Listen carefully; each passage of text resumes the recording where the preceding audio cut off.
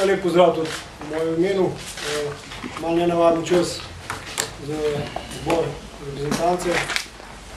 Po drugi strani pa vsi komaj čakamo, da se ta kvalifikacijski turnir začne.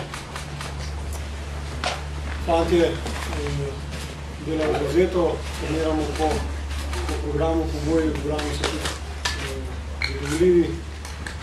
Kar se tiče same ekipe, tukaj vemo, da se je Liga KHL začela malo prej in s tem posledično tudi prišli pa določeni problemi z tem, da so igralci prihajali malce kasneje, ampak naša prednost je ta, da se ne rabimo nekoliko časa za to samo igravanje, fantje se že poznajo med sabo dalj časa, da to zmanjša malo ta problem.